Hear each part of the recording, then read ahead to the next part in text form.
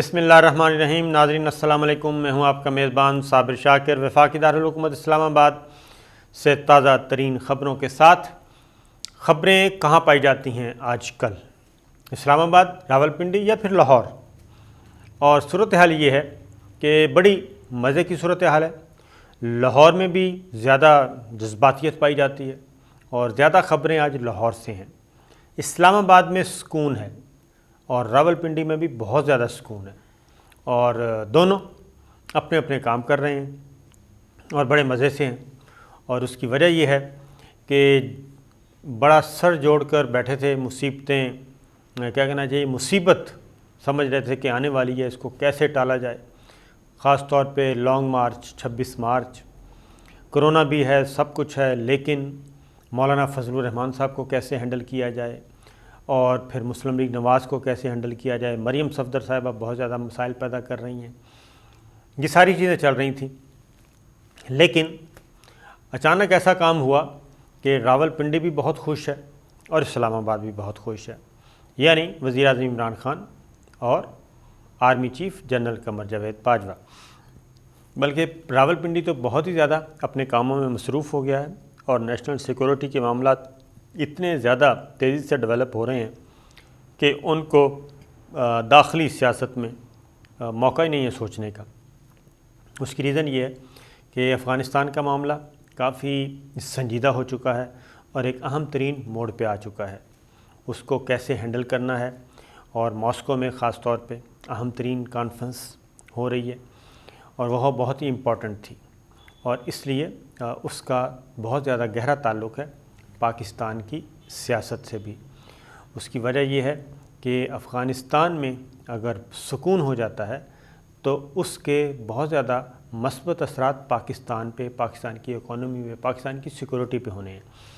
اور اگر وہاں گڑبڑ ہوتی ہے اور وہاں پہ مسائل پیدا ہوتے ہیں تو پاکستان کی داخلی سیاست بھی، پاکستان کے سیکورٹی کے مسائل بھی گمبھیر ہو جائیں گے۔ یہ بات ذہن میں رکھیے۔ لیکن خبریں شروع کرتے ہیں لاہور سے۔ بڑی دلچسپ صورتحال پیدا ہو چکی ہے اس وقت جاتی عمرہ میں، اور شریف خاندان میں اس وقت لڑائیوں کا موسم چل رہا ہے، اور لڑائی بھی کافی سنجیدہ صورتحال اختیار کر چکی ہے۔ اور اس کی ریزن یہ ہے کہ پاکستان ڈیموکریٹک موومنٹ تقریباً ٹوٹ چکا ہے۔ اس وقت پاکستان ڈیموکریٹک موومنٹ کا کوئی وجود نہیں ہے، پی ڈی ایم کا۔ اس کی ریزن یہ ہے کہ پاکستان پیپلز پارٹی کو بلیک میل کرنے کی کوشش کی گئی۔ آصف علی زرداری صاحب نے بلیک میل ہونے سے انکار کر دیا۔ نواز شریف صاحب نے ایک ٹیلی فون کال کی، مولانا فضل الرحمان صاحب سے بات ہوئی۔ انہوں نے یہ کہا کہ آپ پی ڈی ایم کا سربراہی اجلاس بلائیں، اور پیپلز پارٹی آتی ہے آئے، نہیں آتی تو ہم اپنا لاہ عمل تیار کریں گے۔ اب مولانا فضل الرحمان صاحب ظاہر ہے ان کو معلوم ہے کہ ان کا مستقبل جو ہے وہ آصف علی زرداری صاحب کے ساتھ ہے، پی ایم ایل این کے ساتھ ان کا مستقبل ہرگز نہیں ہے۔ یہ مولانا فضل الرحمان صاحب بہت اچھی طرح جانتے ہیں۔ وہ کوئی ایسا کام نہیں کریں گے کہ جس سے پاکستان پیپلز پارٹی کو یا آصف علی زرداری صاحب کو کیا کہنا چاہیے، امبیرس ان کو کیا جائے، اور ان کے وجود کو، ان کی حیثیت کو تسلیم نہ کیا جائے، اور ان کو بائی پاس کرتے ہوئے یا ان کو بالکل الگ کرتے ہوئے پی ڈی ایم سے وہ نواز شریف کے ساتھ مل کے ایک سولو فلائٹ کا سوچیں۔ یہ مولانا فضل الرحمان صاحب کبھی بھی نہیں کریں گے۔ اب اس وقت ہو کیا رہا ہے؟ ہو یہ رہا ہے پاکستان پیپلز پارٹی استعفوں دینے سے انکاری، پھر ان کو بلیک میل کرنے کے لیے یہی کام کیا گیا کہ ٹھیک ہے جی P D M Peoples Party کے بغیر چلے گی، لیکن آصف علی زرداری صاحب نے پھر انکار کیا، اور انہوں نے 4 اپریل سے پہلے بالکل 100% انکار کر دیا کہ پاکستان پیپلز پارٹی کسی قسم کا سوچ بھی سکتی ہے اس بارے میں۔ اپنا روٹین کے مطابق انہوں نے 4 اپریل کو سی ای سی کا اجلاس بلایا ہوا ہے۔ اب مولانا فضل الرحمان صاحب کیا چاہ رہے ہیں؟ مولانا فضل الرحمان صاحب چاہ رہے ہیں کہ دوبارہ سے سب اکٹھے ہو جائیں۔ اب وہ درمیانی راستہ نکالنے کی کوشش کر رہے ہیں، اور محفوظ راستہ، اور ون ون پوزیشن سب کو مل جائے، فیس سیونگ بھی مل جائے، ون ون پوزیشن بھی مل جائے،